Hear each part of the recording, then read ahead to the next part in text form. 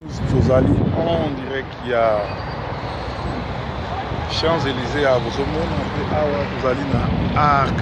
de Triomphe, et si Kawapi Mokili Mobimba et Yaka honoré ba invalide ba soda ou ba bundaki ba guerre nous en France. Et si Kawapi proverbe 30-30 azope sabino breaking news ya journée à l'élo. Na breaking news à journée à l'élo. Tozali bongo na ba dossier moins ebelé mais toke na lombango. Et donc à liboso émergence ezali ya ko fait sortir la RDC na centre ya conflit oyo Kabila les Rwandais a biso. Donc logique ya Kabila ezali soki dialogue ezate ezali kao akobunda akotia makelele yango na RTNC bazoloba pour qu'il kimie kota na mboka futo dialogue, c'est-à-dire l'encontre et dialogue, soko boy dialogue ezali tuba. Or Kabila n'est pas un citoyen congolais, c'est un criminel. Oyo musala na yeko koma ba congolais, donc il faut aussi la naï. Alors to éviter ce qui pourquoi azo kanisaki qui faut tirer la président entre-temps à sali 15 ans il y a échec national. Asomba Bachar, Asomba Minduki pe azobangisa ba congolais ko traumatiser bako et vous allez marami. Pour la Kabila na pe perdre na mende mantanga ya bukulaka Wembadio Shungu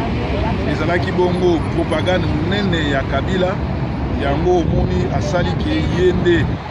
lokola ya abomisaki Kabila abomisaki papa Wemba na kotiele poison asali tu honoré asali tu asala oya ko kosala pona ye na kana ye ezali bongo propagande pour la mona ke a leli de gowana malamu mais pourtant réalité ali ke yende mobomi yende mutu asala ki poison. Même scénario à Salaki Pona, Moussé Laurent Désiré Kabila, même scénario à Sali Pona et Koumani Papa Wemba. Alors, il faut regretter ma casse et Ali que Mokil Momime Moni, monde entier Moni Bizalé Limabé et Maman Amazon, parce que Papa Wemba a 33 enfants. Mais à Bombi Banana, à Boïba la Papa Nabango, il y a l'Ikolaxa, Kaka Banana, Banda Mokileza Mokili, Nano Tomonate, Moutou. Azolela mutu na photo ya bana na ye balela ka mowe na photo na ye mais Amazon aye na photo ya ye na bana na ye pona ye bana papa bezaka oya boti me bana wana basali soni basali 3 jours to moni bango sika baleli papa na bango te soué na biso ya li basala partage équitable pour na bana oyo batikali. Alors conseil makasi ezali bongo na Wankovia parce que na Congo lelo tozana deux dossiers. Premier dossier zali ba congolais nyonso na ba to ba organizaki ba funéraire Chungu Wembadio basala tout Amazon na famille ba reconnaître bana o mususu ba bona na kité na matanga to ba fisaki ba to ba bomba ki bango. Deuxième dossier ezali premier dossier kuto yali Kabila futo sila naï parce que c'est un tueur to ba marabatu. Deuxième dossier to sila ina Kabila. Deuxième dossier zali dossier ya papa Wemba na bana na ye Amazon abomi bana Amazon anyokoli bana alotolingi bakamwana bana ya Congo basinga na modo tozana deux dossiers na Congo. Premier dossier tobenga na Kabila na ba Rwandais na ye. Deuxième dossier tosunga bana ya papa Wemba oyo Amazon alingi bango te ba se retrouver ba sangana pe ba kuswa héritage ya papa na bango. Donc là tomona motema mabe ya Congo te na tomona te mutu akufi balela kaka ye na photo na ye na bana na ye. Donc Amazon a ebaki teke non seulement exposé bana mais lakeli bango mabe parce que jamais bakokolela papa na photo ya famille otala taba Mitterrand taba grand prêtre nous au monde bakufa ba roi bakufa batiaka photo na ye. Alors to epte Amazon pourquoi tela biso photo kaka ya ye na bana na ye pour la protection de yende Amazon ko bana. Donc ils allaient exploser ma casse. Puis les sous dossier il y a Wankovia Batutu Bakomelinga pour baza trop dessus na complètement satanique il y a Wankovia. Alors dai na opesa ka conseil oya komona ki boycotté banzembo na yeka oya komona ki yoka ka so album nete yeka mais oya komeka ko pirater album ya Wankovia ezali ko salele publicité pe ozo la complice na ye. Donc nous avons à disposition na ye tampoka décision na ye mosala oyo akoboyikote musique na ye ndenge nga nasala eza malamu oyo akotumba basede na ye eza mpe mabe te mais oyo akopirate to akokende koteka yango azali bongo complice ya kosala mabe parce que basede wana ayemba kaka buzoba na buzoba alors nakopesa ye conseil aya mbango na France dossier oyo aviola badanseuse nezozela ye ezala malamu mpo kuna batie bango liste prochaine vital na mosika y compris ba G5 bazali ba génocidaire ya bakamarade ya rwandais donc bakokoya jamais na mboka na biso mpo bakamba parce que badirigaki na kabila 15 ans toza na dossier ya mozole bato ebele babengi nga Michael Jackson lere akufaki bachange jamais date ya musique fête ya musique likolo ya Michael Jackson je ne vois pas pourquoi na liwa ya papa wemba bakoki kochange date ya musique wana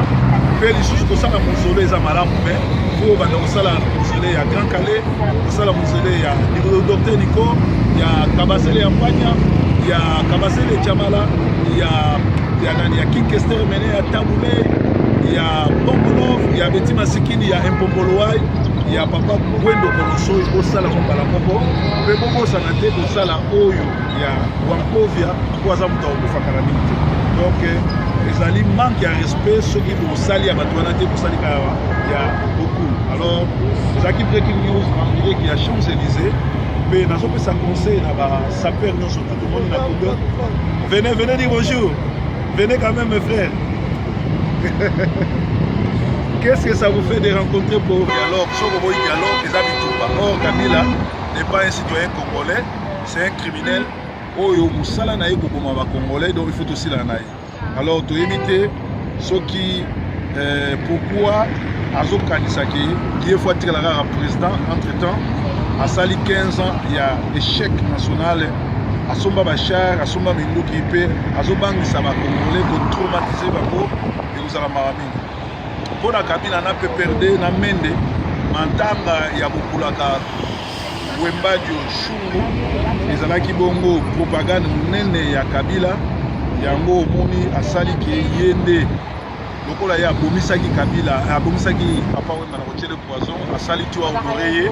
asali tu asala oya ko kosala pona ye na kana ye ezali bongo propagande pour bato mona ke a leli de gowana malamu mais pourtant réalité à l'idée yende mobobi yende mutrasala ki poison même ça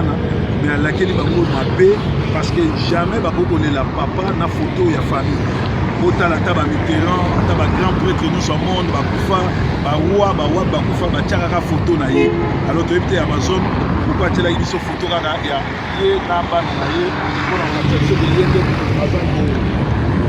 baba na donc ezali explosion makasi pe lisusu dossier ya Wankovia batutu bakomelinga po baza trop dessus na comportement satanique ya Wankovia alors dai naopesaka conseil oyo akomonaki boyikote banzembo na ye kaka oyo akomonaki akoyokaka so album nete ye kaka mais oyo akomeka kopirate album ya Wankovia ezali kosalele publicité mpe ozala complice na ye donc namtazwa badisposition na ye décision na ye oyo akoboyikote scénario asalaki mpona pousser Laurent Désiré Kabila même scénario asali mpona ekumani papa wemba alors eloko toregrete makasi ya like mokili momeme moni monde entier moni bizaleli mabe ya mama Amazon parce que papa wemba aza na 33 enfants ye abombi bana na mosusu aboyi balela papa na bango ye ali kolakisa kaka bana na ye banda mokili eza mokili nanu tomona te mutu azolela mutu na foto ya bana na ye balelaka moweyi na foto na ye mais Amazon aye na foto ya ye na bana na ye mpona ye bana papa bezaka oyo aboti me bana wana basali soni basali 3 jours tomoni bango esika baleli papa na bango te souwe na biso yali basala partage équitable pour na bana oyo batikali kuna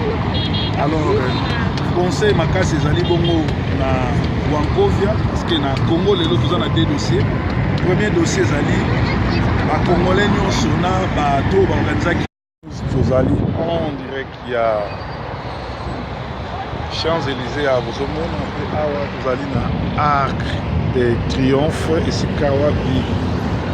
mokili mobimba eyaka kohonorer bainvalide basoda oyo babundaki baguerre nyonso en France. Mpe esika wapi proverbe 30-30 azopesa bino breaking news ya journée ya lelo.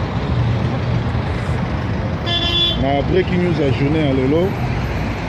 tozali bongo na badossier mwa ebele me toke na lombango.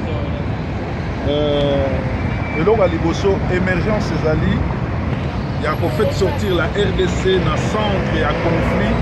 oyo Kabila le Rwandais atie biso. Donc logique ya Kabila ezali soki dialogue ezate ezali kao akobuda akotia makelele yango na RTNC bazoloba po kril kimie kota na mboka futo dialogue, c'est-à-dire la contre va finir chungu webadio basala tout Amazon na famille ba reconnaître bana o mususu babona na kite na matanga to ba fizaki bango to babomba ki bango. Deuxième dossier ezali premier dossier kutu ya li Kabila futo sila naï parce que c'est un tueur to ko makabatu. Deuxième dossier to sila ina Kabila. Deuxième dossier ezali dossier ya papa Wemba na bana na ye Amazon abomi bana Amazon anyokoli bana alotolingi makamwana bana ya Congo basinga na modo tozana deux dossiers na Congo. Premier dossier tobenga na Kabila na Rwandais na ye. Deuxième dossier tosunga bana papa Wemba oyo Amazon alingi bango te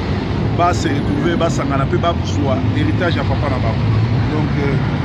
là tomona motema mabe ya bango te na tomona te mutu